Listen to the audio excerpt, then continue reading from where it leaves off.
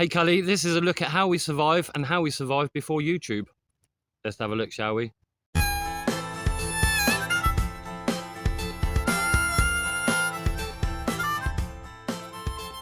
So babe, how was it you started when you started out in this lifestyle? Yeah, as a single woman doing it on my own, it was really quite hard. I'm not going to lie on that.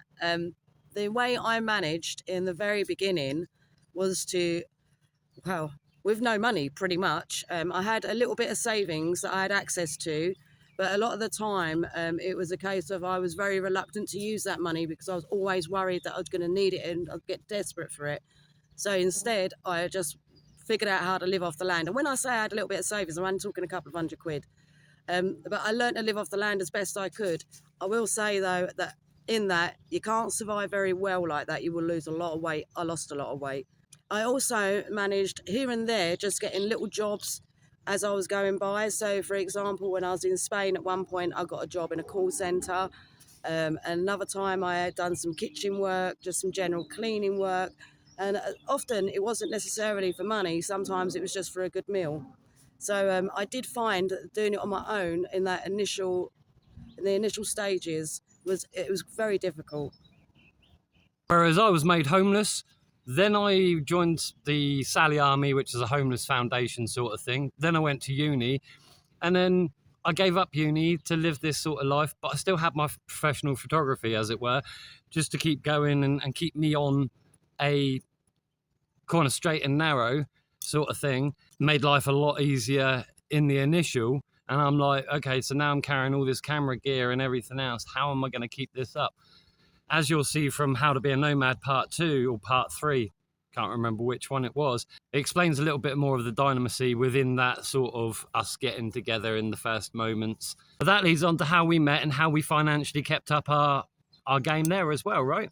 So despite being forced to understand what I could eat and survive off the land, I was unable to create a business on my own, because a lot of the businesses that you would do for a little bit of barter or for a little bit of cash would involve things like odd jobbing. As a single female with only 5'2", you can imagine people are probably a little bit reluctant to give me the work because they will think that I'm not capable of doing it as much as a man would be. So when we got together, this was very much a path that we wanted to take. So yeah, we were together at this point, and then we started off going, well, how can we do things? And we had a couple of acquaintances, didn't we? Yeah. And they were like, oh, I'm going on a job. Do you mind giving us a hand? And things like that. And a lot of it was for things, mostly barter, in that we would get preserves or eggs, whatever was available for the person we was working for. Funnily enough, she had a very big poultry farm, so we got a lot of poultry as well. Yeah, we had the odd like chickens and hens and ducks and and all sorts of things. It was quite funny, wasn't it? It was a really nice arrangement. And then from that, we started getting a bit more work because word of mouth started spreading, and people saw how hard. When we get ourselves a job, we really apply ourselves 110%. Like, we'll go above and beyond, even though it might even just be for a meal. Yeah. But the reason we apply ourselves like that is because we knew it was going to be the best way to get that word of mouth going. And sure enough, it was. Before we knew it, we had quite a good little list of clients, but we wanted to expand even further. Well, a list of clients, they weren't really clients back then, were they? They were more friends. Yeah. Contacts, acquaintances. Yeah. And although barter is good, we can't just live off of barter alone. So we needed a way to create a cash income too. So we done this odd jobbing in a different way then. Well, I'll tell you how it really went, shall I?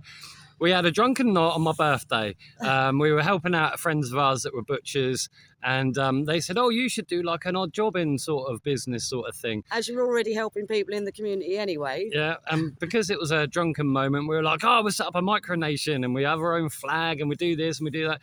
And it actually evolved into a fully fledged sort of odd job in business, didn't it? We even got ourselves a name in that little drunken moment.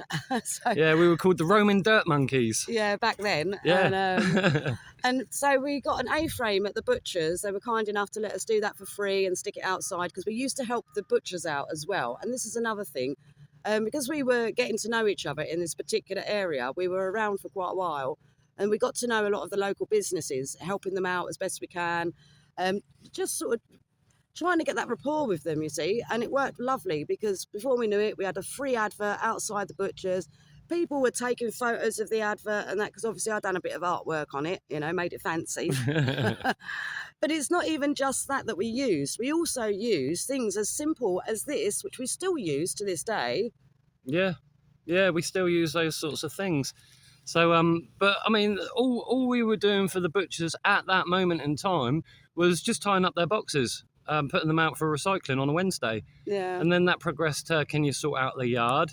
Yeah. And can you clean the freezers and the fridges and for the inspections and stuff like that, because we both worked in kitchens before. Yeah, we knew what the standards were for their inspections. And then all of a sudden, we just started getting phone calls. Is that you outside the butchers? It's the A-frame of us outside the butchers, but yeah. And it did do really well. It done so well that we were having to turn people down because we were just so chock-a-block. But then, of course, we started getting work further afield and we realised that we could start doing this on our circuits. Yeah. So every time we went to another one of our circuits, we would put this advert in windows and sure enough, calls would start coming in. Not necessarily straight away, but once you've done that one job and you've done it really, really well and you've got all the references from your other locations that people can get hold of, you'll find that word of mouth will start spreading again. I mean, we're old school, so that's the way that we've always worked. I mean, we're like 70s, 80s babies, yeah. You know. So it's one of those things. That's how we grew up, and that's how it always worked for us and our families, people that we knew, people that were around, and we thought, okay, yeah, we're in the 2018s and stuff like that, and let's try it out. And it still works. It still works daily. And it especially works really well when people realise that you're not all about money. Yes. You know, when you're a bit more about, hey, I can do this for a free meal, a washing machine job and maybe a shower. Absolutely fantastic. People are great, you know. Yeah. Not everyone's got cash in their pocket, but people still have jobs that need doing. But also, because we didn't want to just rely on one income, we started getting into touting mods photography and my artwork. Because I mean, my photography worked before, and when I was homeless, it was brilliant. I could rock up to a campsite, for instance, saying, "Do you need a photographer for your live events?" And they, "What, really? Yeah. How much do you charge?" My pitch. Yeah. You know, my pitch and a little bit of food and stuff like that. It's a tried and tested sort of thing. Yeah. And even in this day and age, in this modern world, it's still possible to get by with the old school rule, I would say. Yeah. I mean, all this is the reason we've got so many, our fingers in so many pies, if you like, is because in this lifestyle, we don't have much to fall back on. It's not like we've got a safety net. We literally live hand to mouth each day. So sometimes we've got no money at all and we're just surviving on forageables. Sometimes we've got a bit of money in our pocket and we can have a good time. And sometimes we get a little bit extra. And on that note, we'd like to give thanks to all of you lot. We'll leave you all over the screen. Another revenue stream. You guys really help us out, though. Just enough to get a beer and or the luxuries, a bit of decent body wash or a nice smelly and stuff like that. That's it. I mean, this is not something that we rely on. We'd never ask for it. It's just something that we would like to show our gratitude for receiving, because obviously that's a really kind gesture on your part. Yeah, absolutely. Thank you again. And let's get back into it, shall we? So why the reason for this video, babe? Because we know why, but you don't. I mean, it's about having more than one way to get by, especially living this life. You do want to make sure that if one thing isn't going to work, you've still got another idea, you've still got another option.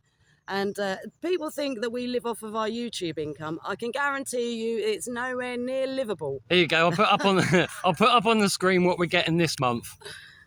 Yeah. That's not a livable income. Not for three of us, is it? No. And again, like from YouTube doesn't provide us with our forageables or a hot meal or a nice shower or, you know, a washing machine. So it is just a little bit of added pocket money. But most importantly, with YouTube at the moment, it's always been a fickle ground, right? In that it can be ripped out from under your feet at any time. And sometimes people don't even know the reason they've been demonetized or closed down. So we was always aware from the get-go that this is not a reliable source of income. we're not worried if it gets big. In fact, the smaller it is, the better for us, The bigger because you are, the harder you fall. yeah, and we don't want to end up relying on an income Yeah. that could get ripped out from under our feet at any time. I mean, these guys on YouTube at the moment, they're making £4,000 to £7,000 a month. They're bringing in good ad revenue and streams and all that lot. Channel gone overnight. And the worrying thing is it's also affecting outdoor channels. Now, the problem that you have is if you get pulled into the same pool and you get dragged down with other people, I mean, what's to say that that could happen? And if that does happen, we're all right. We'll still survive because we've got other ways of getting by. Yeah, life before YouTube was actually probably, if I think about it logically, was a bit more sustainable for us. It actually was. Yeah, it was, because we put more into it. Yeah. Whereas now we're having to spare time for you guys in making videos. And don't get us wrong, we enjoy doing that. We love sharing our experiences and giving you lot the tips that you need to get to enjoy this lifestyle. Yeah, absolutely. I mean, the thing is, it's like we could work for a month or two, and I mean, as you've seen just a minute ago, you know, 300 quid. But we could work for a month or two or a month and a half and treble that, quadruple that, just on the odd job and alone, if we so wanted. And that allowed us to go away on our different circuits to another area, enjoy a new space, work out of that space to get enough money to come back to another space. Yeah. You know, like hubs, different hubs all around the country, isn't it? Yeah, and if you envisage that, that's kind of how it works. So we'll go from one hub to the next, and the money that we've earned from one hub we'll have as our fallback while we're getting back into work in the next hub. Yeah. So then when you get the work back in the next hub, you get that built up, you save some by it, you move to your next hub, and you start over again. You've got the bit to fall back on while you're getting your work built up again, and so on and so forth.